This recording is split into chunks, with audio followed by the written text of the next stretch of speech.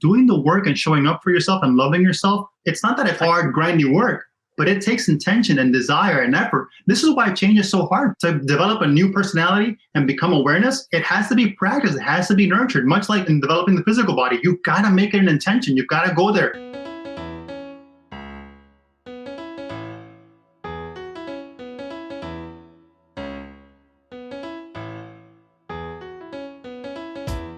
%83 of Americans identify as not very happy, which can hold you back and negatively affect your relationships and your business.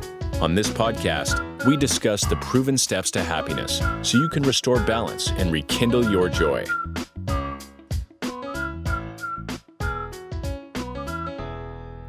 Welcome to another edition of How to Be Happier for Entrepreneurs. I'm Brad Chandler, and today from South Florida, I have my man, Ray Gonzalez. How are you today, Ray? Les, how are you? Man, we're going to go deep today. We're going to talk about some really, really cool things. But as you know, I like to start these podcasts out with a hard-hitting question. So tell us about the story of surviving Hurricane Ian and what made you realize, what was the pivotal moment in that storm that made you realize the importance of inner peace and happiness over material possessions? There was a moment when I realized, all right, well, we were on the second floor and then we had the pleasure of living right on the ocean. So the ocean was like 50 feet from us and the waves came like 15 feet above the water. So like the car's already been gone. Like the cars were taken away in the storm. And now you couldn't go downstairs anymore because there was a wind tunnel in the stairs. And now going up was also off the picture. And then like at midnight, as this was going on, now you couldn't get out, but also you couldn't go up. And then fire alarms started going off. And at that point, I was like, I can continue to go into this. And I had my kids there too, and my wife, and just kind of realize the delicateness of it all. And it could be gone in a moment. And you just kind of surrender. You're like, look, Father, if this is your will, like I'll, so be it. And you just kind of like realize what's important. You're like, all that stuff wasn't important. What's important is me and them. But you kind of just make peace with things. And you almost make peace with, we might not make it through this. And then you just surrender in the moment. And it just happened all at once. When it's like, all right, I have literally no control or no say. It's a complete surrender. I can't do anything. Even if I could go downstairs, I'd be washed away, right? 15-foot waves on shore, right? So had it gone 5 more feet, had the water gone 5 more feet, would have taken the whole condo. So are you in a condo building? I'm in a condo building. The first floor is just parking. The second floor is where we lived, which is kind of the first floor really of where you could live. So the first floor was 15 feet of water. Had it gone 5 more feet of water, I would have taken out the balcony. Wow. It was 5 feet from my daughter's bedroom, the water level. Wow. This is 20 feet up, right? So just grateful that the building withstood and that I'm here and that these other things can be replaced. These material things, the car, the possessions, the things in storage, the car, all that can be replaced. Kind of the impermanent, and Buddha spoke about this. I study the masters. Like whenever I study this spiritual realm, whatever, this deeper growth, inner growth realm, I always go to the masters, whether it's Jesus, Buddha. I always study those texts because I find that in those texts, I can find, I can get the truth that then has been diluted or in many other ways, but I can get to the truth. And he said that he noticed the impermanence of things, that these things don't last, that the things that are born in time, die in time. So things are cool and they're meant to be part of our experience, but they don't define us. They don't identify with them, right? And I still struggle with that because I'm human. I'm sure you do too. I'm not going to speak for you, but I think it's a transition of you realize that these things, they go away. And what's eternal is your soul, your consciousness. That's what really matters. That's what you take with you. You don't take any of this stuff with you. The cars, the Tesla, the boats, you don't take any of that stuff with you. All you take is your soul and your consciousness and who you are. Those moments you create, those experiences, those relationships, us talking together, that's what matters. That's what's eternal. So again, Christ said this. Christ said it too. He said it differently, right? Lay your treasures up in heaven. What do you mean by that? Lay your treasures up in consciousness. In consciousness, where moths don't destroy, where thieves don't come in and steal, right? Lay them up here in your consciousness, and that can never be taken from you. So, Ray, was there a moment during the storm that you thought I might perish and my entire family might perish? Yeah, right when I surrendered, rather than fight it, I said, "All right, there's nothing I could do because there's something I could have done." So I was kind of like a forced surrender, almost like I could have gone into fear and panic, but the other choice is to kind of just surrender. So I just surrendered, Brad. I made a choice in that moment to surrender. I'd already been doing some of the meditation, some of the spiritual work, And this just kind of made that go even deeper, because now I've had a real experience of like, look, man, these material things you're chasing, they don't really matter. And it's not having them. It's about having them and not being attached to them. So what was life like prior to this transformation, this time where you almost lost your life? What was life like for you? Knowing what I know now, life was a dream, an illusion, and not a dream like, hey, this is a dream of mine. Life was a dream. I was dreaming. I wasn't in reality. So yeah, I lived oceanfront, but I really wasn't enjoying it in present. I wouldn't go to the beach as often as I would. I really wasn't present with my kids. I wasn't enjoying the sunsets, right? And one of the teachings that I follow, he says, look, the dreams you have at night are very similar to awakening and living in the senses. If you're living in the world of the senses and is very similar to a dreaming state. They're identical, both are the same. You're dreaming, you're illusioning. It's not real. What's real is when you're present, when you're in the moment, when you're in the now, like with you, Brad. People can tell when you're with them, when you're in the present moment, when you're with them. And when you're not looking at things by their perceptions, you're actually being with things. You're actually being with nature. You're actually being with the sunset. So it's not about the sunset or not, but if you're thinking about, hey, I got to check my cell phone. Hey, I got to go do this. And you're not present with things. So that's what I mean by dreaming. I wasn't in the present moment. So now I'm much more in the present moment than I was then. And was your life about chasing material possessions? I already had some personal growth. So in my mind, it wasn't, but in my heart and my way of being, Brad, I was still doing the old thing. So I had some inclination, because I was already reading some of the spiritual books and doing some of the spiritual practices, Brad. But it takes time to go from thinking to being to doing, right? It takes time to recondition yourself, to remember who you really are. There's a process. So yeah, in my thoughts, I was like that, but in my actual way of being, I was still chasing things. I was still at lack and separation and not enough and trying to prove myself, which is kind of something that some achievers do. I was certainly guilty of, and I still do at times, right? I'm still not perfect, right? I'm human. That's what I did for 47 years. I chased material possessions, specifically money, because I thought money would bring me happiness and it would bring me worthiness. But I didn't know consciously that I was chasing money to bring me worthiness, because I thought I was worthy. But if you looked at my results and my relationships and my business mistakes, it told a different story. So the magic is that I don't know if it's the magic. It's really interesting that myself and so many other people go about this life and they don't even realize what's driving them, because it's buried in their subconscious mind from programming from young childhood. So wow, that's amazing shift that you made. So when we talked a couple of days ago, you talked about working with Joe Dispenza. You've done some work with him and you're going to do some more work with him. How has incorporating mindfulness, and tell us what you think mindfulness is, in meditation practices in your life, how has that impacted your ability to find happiness and navigate challenges? So let's talk about it. So mindfulness meditation, Brad, you and I before we got off on this call, we're talking about working out and going to the gym and, fitness levels. Well, much like you would do a bicep curl to work out the bicep muscle, you do meditation to work and being in the present moment. So people think meditation is you go out for 45 minutes and you kind of like bliss out in ecstasy. No, you're just seeing that in the mind that you are not the thinker, that there's a thought, you're the thinker of the thought, that you are not the thought. Let me say that again. And sometimes you get out of the present moment and you kind of follow that thought, and then you identify with the thought. And every time you can bring the mind back to the present moment, that's a victory. That's a win. So every time that the mind goes, hey, let's go get some coffee. Hey, let's go do this. Hey, remember, we got to call that person. Hey, remember, I got to do. And hey, chill. We're going to get you some coffee. We're going to do those things. Just relax. Just be, hey, I'm in charge here. You can trust me. Relax, sit, stay. And then ultimately the animal, the body surrenders to you. It says, okay, you're in charge. We're going to sit here. And then ultimately you learn to be in the present moment. And whenever it goes off track, which happens to all of us, you get to back. And the reason it's so powerful, Brad, is as you go out to make changes in your world, what you're not looking to do is go unconscious and revert back to the old Brad, because the old Brad is still in it, right? The old Brad that wants to try and prove his worth through doing more things. Well, guess what? That's an unconscious program. So you need a will and an intention and an awareness that is much bigger than the program to overcome the program. It truly is David against Goliath. So you need that intention and that will and that awareness to overcome the old program. You can't rewrite the program from within the program. You have to get out of the program. Meditation helps you gain awareness so that you know when you're in the program. You can't fix You can't fix the program from the VR headset in the program. You put the VR headset on, you can't fix it from within the VR headset. You got to take the VR headset off.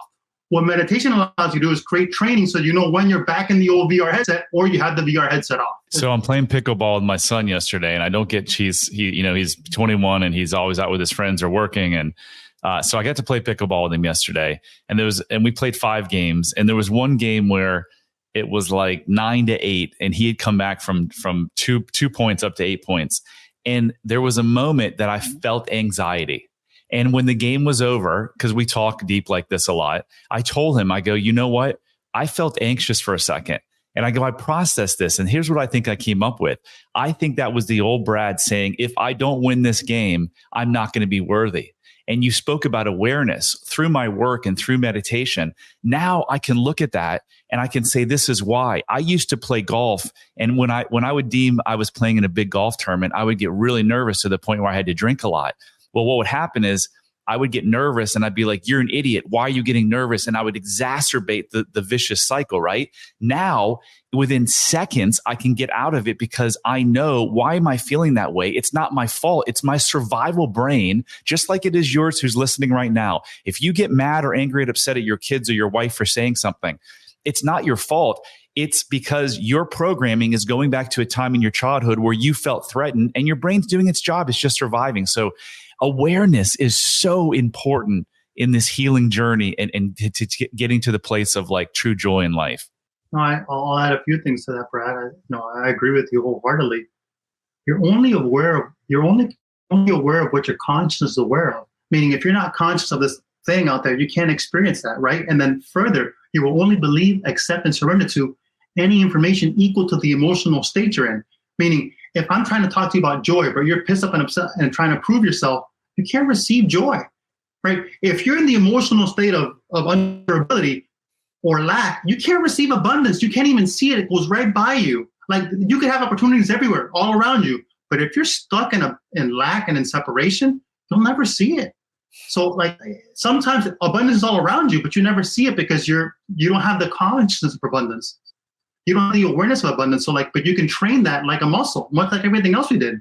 All the ascended masters have trained this one way, whether it's through meditation, through prayer, through whatever practices they use, spiritual practice, but everyone has mastered consciousness through awareness and intention, 100%. Is another way to say that, Ray, the way that I explain it, and tell me if you agree, is that if you can't see abundance around you because you're in this negative state, you're really in a fight or flight. And if you're in a fight or flight, you've got the proverbial lion chasing you that's like 2 steps behind you, right? And you're just trying to outrun it. So how can you see the abundance around you? So when you do the work and you kill that proverbial lion, then you can take a deep breath and look around and be like, oh my gosh, look at the abundance. And what is my purpose in life? I don't know if you found this. I think you did. I'll ask you. But within hours, days, weeks, months, not many, of doing the work and having my major transformation, I found my life's purpose. And it's this work. Me too. So it's another benefit that comes from doing the work. You get to see the abundance, but you also get to find your purpose. Did you find your purpose through doing the work?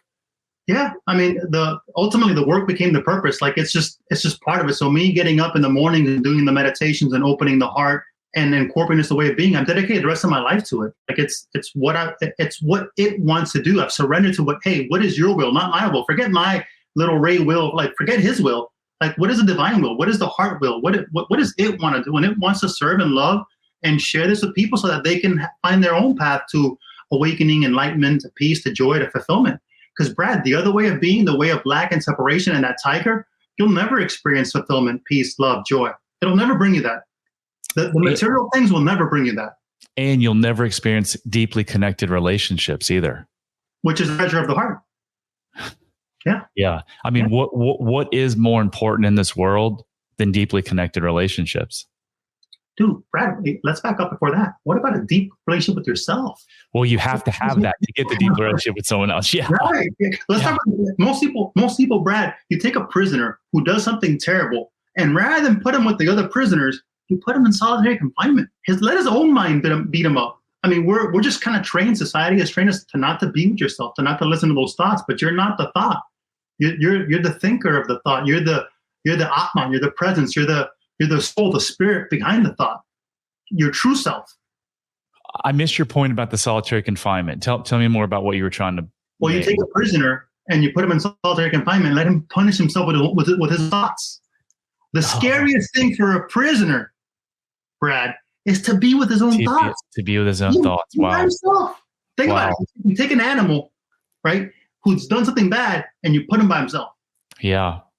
While we're speaking of prisons, I'm going to say a couple of comments. Number one, most of us, until we do the work, are stuck in an invisible prison that we don't even realize, because these thoughts, these subconscious thoughts, drive 95% of our behavior on a daily basis, and we don't know it. So just wanted to share that. And the second thing is, I think about juvenile detention and adult detention too, but let's just use juveniles. So why does a child misbehave? A child misbehaves usually for one reason and one reason only. They lack connection. They lack connection with a parent, which means they lack connection with themselves. What does the legal system do? They stick them into a home. They stick them into a juvenile detention center. That is the last thing these kids need. They already lack love and connection. You think it's going to fix them by putting them in a juvenile, detention center? No. So anyway. We're doing a big initiative with actually some of the Joe Dispenza group here in Naples, where we're going into the prison cells in Mexico. We put out a proven concept, and we're going to the mothers and we're healing them by doing the meditative work and going into their hearts. And then we can heal the kids. See, if the mother still have a heart trauma, or the mother are on drugs, she can never have a relationship with the kids. But if we can heal the moms and have the moms get off drugs and stop selling these kids and getting into drug trafficking and human trafficking and all that, and have the moms then heal the kids, then we can stop some of these foster programs. So we've got the proven concept. So our goal is to bring it here to the U.S. So we're going to be having them come over in January to show us here how to do that. If you want, I'll invite you in January. And we're going to learn how to do that because let's know the root problem. The root problem is the love of self. Learning to love yourself, your true self. That, I think, is the root of all problems. Please do include me in that. I just didn't know how to get into the prison system, but I thought that would be amazing because all of those guys are in there, women and guys and girls. It's not their fault, in the sense that it's not their fault that they weren't loved or treated a certain way as a child. It doesn't make it right what they did, but there's a reason that they're there. They're in prison. Their reason for being in prison is the same reason I'm not talking about you, but I'm talking about the listener, has a crappy marriage or can't lose weight or is addicted to something or has depression, anxiety. Like we're all one here. My teacher said it well. One of my favorite teachers: forgive them, for they know not what they do, for they know not what they do. He was literally saying, they are insane. They're in the wrong mind. They have lost their mind. He could forgive them because he could see their truth. Like you and I are seeing that prisoner's truth. That prisoner's truth, he's a beautiful soul. We see the truth of that prisoner. He just did a behavior that wasn't in alignment with the highest good, right? And that behavior has some consequences, but he is not that behavior. I love going to the parents, because when I have people come to me and say, hey, can you help my child? I say, sure, I can help your child. But when I put them back into the environment that created this, they're going to go right back. So if you have children with behavioral problems, you have to look at yourself as parents, because it usually is the parents. The cause is the parents. Now, is that to be like you're a bad parent? Nope, just the opposite. Again, you're doing the best you can. I had 2 kids with anxiety issues. Why did they have anxiety? It wasn't because of COVID. It wasn't because of school. It was because of me and their mother. And when I did the work, guess what? Here we are 2 years later. Neither of my kid has anxiety. So if you want to fix your child, if your child has OCD or is acting out in school or has depression or anxiety, you have to focus on yourself, because if you don't fix yourself, there's no chance that child's ever going to be fixed. The best way to do that is to model it, to demonstrate it, Brad. So I'm proud of you for doing that for your kids. I mean, that's one of the biggest things why I'm doing this work, is that, I've got some anxiety and depression issues, and I'm working through them. And really, I want to be present for my kids. I want to show them better, right? So but the best way to do that is you live the example. You be the demonstration. You go out there and you do it, because Brad, let's real talk. Doing the work and showing up for yourself and loving yourself, it's not that it's like hard, grindy work, but it takes intention and desire and effort. This is why change is so hard, Brad. To develop a new personality and become awareness, it has to be practiced. It has to be nurtured. Much like you and I in developing the physical body, you've got to make it an intention. You've got to go there. And sometimes you don't want to go, sometimes whatever, right? But if you're going to dedicate to being healthy and fit, then you've got to make the commitment to be healthy and fit, and you've got to build up the new personality, the new habits, everything that goes along with that healthy and fitness lifestyle. You have to become that. And it takes time. And yeah, the old self, the old person likes to eat donuts and cookies and do all that stuff and not go to the gym. You've got to overcome that person. And that person conscious, and it thinks it runs the show. So it takes a lot of will. This is why I said it truly is David against Goliath. It takes a lot of will, energy, heart to overcome your old personality. But I will say, Ray, if you know the cause, it makes it a lot easier, because most people are trying to not eat that extra donut or come home and drink the 3 glasses of wine, and they have no idea why they want to do it in the first place. It's because they want to cover up some pain.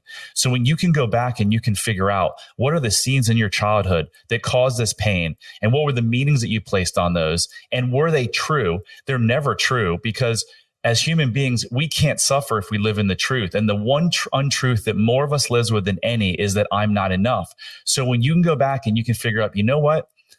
My dad hitting me and making fun of me as a child, where it made me feel not enough, that had nothing to do with me. You could have put John or Sally or Harry in my position and he would have done the same thing.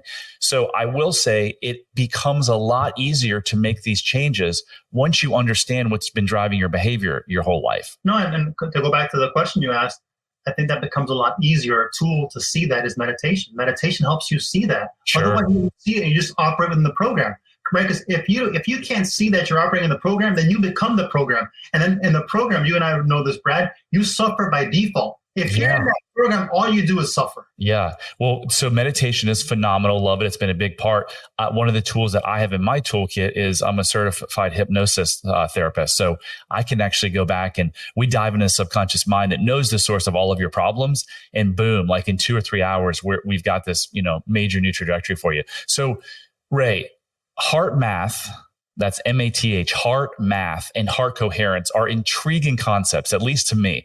Can you explain how understanding and working with the heart's creative center has influenced your own journey to happiness? So HeartMath, what I realized is, that I saw the movie, that movie you sent me, that book, The Miracle, last night. The Way of Miracles. Yeah, it's an amazing documentary on Gaia. Yeah, The Way of Miracles on Gaia. So I saw it. And on there, the director of HeartMath is the one talking about the heart and opening the heart. I don't know if you caught that. He's on there. Yeah. So look at it again. You'll see the director of HeartMath. He's talking about the science, so the science he's talking about, he's a PhD and they've done all the studies about the heart.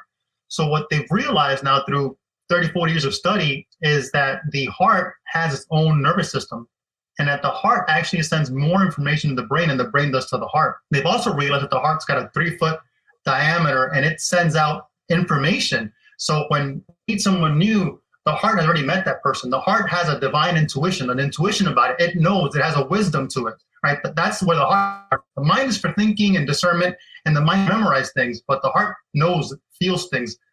The heart has intuition. The heart has wisdom. So the brain sends out a 3-inch one. The heart, 3 feet, right? And the heart sends more signals to the brain. So if you can actually open into this and open up the heart and focus your intention, almost a meditation of the heart, where you can send your attention and your intention and your attention to the heart and open it up and like breathe into the heart and feel feelings of gratitude. The heart then sends signals to the brain. They become coherent. Coherent means they become aligned. The brain start to be informed by the heart.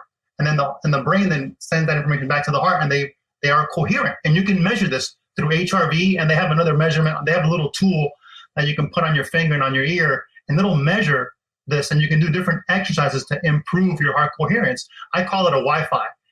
If that Wi-Fi is off, you're back to the program. If that Wi-Fi is gone and you're out of your heart, you're back to the old program. You're back to survival. Because when the heart opens, Brad, now the lion is no longer there, because you said it perfectly, Brad. The lion, the tiger was an illusion. It's never real.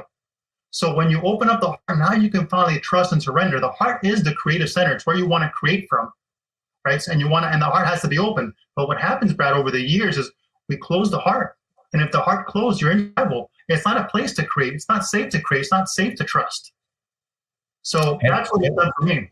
And we typically close the heart because as children, we go through stressful times. And we feel bad and we feel pain. So we're like, we don't want to feel this pain. So we close our heart. We disassociate. We disconnect. Every problem we have in this world is a disconnection from our own heart, right? So it's just the brain's, it's your body's way of surviving. And once you recognize this, you can open your heart back up, because as a 47-year-old, as a 37-year-old, as a 60-year-old, you don't need your parents' love anymore. But until you do the work, your subconscious mind doesn't know the difference between 67 and 6 years old. So you're still living as a 6-year-old inside a 67-year-old adult body until you do the work and you bring that 6-year-old up into your current life. And then everything changes and you can open up your heart and you can learn to love again. It's a beautiful thing. You can learn to unconditionally love, because the love that we're taught with a closed heart isn't love. It's conditional love. Hey, I love you if you do this and this and this and this. Yeah. Unconditional. And the heart, man, the heart is the one that forgives. The heart is the one that has compassion, that is kind. Like these treasure of the heart, and you and I have spoken about it before, Brad, not just like the physical heart, but then when you connect the physical heart to the one heart, to the energetic heart, the one heart that everybody has, dude, magic happens. Yeah, no kidding. So I know you've worked with some entrepreneurs in the past. What are some practical steps or exercises that they can implement right now, today, tomorrow, to bring more energy and intention into their lives and ultimately find happiness in their entrepreneurial journey? Slow down will be number one. Slow down. And I need to hear that myself too. So slow down, which is what I got from the accident. So right after the hurricane, a month after, I bought a new car. And within a week, I hadn't even filled up the gas tank. I got into a car accident. The car flipped 3 or 4 times. I went unconscious. I ended up in a ditch. And they had to take me out by one of the sides. And then the other guy got airlifted. So, I mean, God bless his soul. I don't know what happened to him, but my prayers still got to him and his family. And I learned that. From the second near-death experience. Was like, dude, slow down. What is the rush? And again, this is where meditation comes in too. Slow down. Like, what is there to achieve? Like this achievement and like how to balance. I think the question was how to balance. I'm looking at the ones you sent me. How to balance our drive for achievement with the pursuit of inner happiness and peace. Don't balance it. Make it one. Right now, Brad, the life you and I are living is a heart-centered life. So we're not trying to balance one thing with the other. They go together. We're doing things, right? We show up to things, but we're not doing one thing on this side and one thing on the other. It all flows together, right? So, what I'm looking to share with you is, hey, you achieve, and you do all these things, and you're separate from things, and you're trying to prove your worth, and you're trying to do all these things, and you get all these things, but ultimately you end up unfulfilled. So let's change the formula around where we start with wholeness. We start with the open heart. We start with peace. We start with love. We start with worthiness. We start at abundance. We don't get to abundance. We start at abundance. And from there we do. And now what happens is that these experiences, these things we get, they just enhance our abundance. They enhance our peace. They make more of that. But we're not separate from it. You can't start from separation and have a path of struggle, lack, hard, clunky, misery, and then end at joy. That'll never work. Let's flip the script. Let's open the heart. Let's be in the present moment. Let's connect what we want to feel at the end. Let's be peace. Let's be joy. Let's be connected to that outcome. Let's not be separate. Let's be whole now. So I'm not looking for my $1 million out there. I'm whole right now. And yeah, we're going to create that, but it's already a part of me. And now we go out there and flow and experience these things, and we still go out there and do things, but we're not doing from separation. And along the way, we experience peace, love, joy, abundance. And then when we ultimately get the things, not only is it going to happen a lot faster and a lot sooner because the universe is with us, right? So it happens a lot faster and sooner, and the heart then draws it to us, but then it expands more fulfillment. We already fulfilled now, and then we just get more fulfillment later. And these things, again, for thousands of years, these are just the added things. And now they just add to your being. But you were never separate from it. You don't need these things to bring you wholeness or worthiness. You already, all along the way, you're enjoying the process, you're worthy, and then these things add more fun to life. Yeah. And so I'm going to add on to what you said. What you said was beautiful. So many entrepreneurs start businesses unknowingly to make a bunch of money, to prove their worth, to find happiness. Then a lot of them make the money and they become financially successful, but they're disconnected, not whole. They have bad relationships. They're in, addiction, weight issues. What if you could get whole today through doing the work with someone like myself or Ray?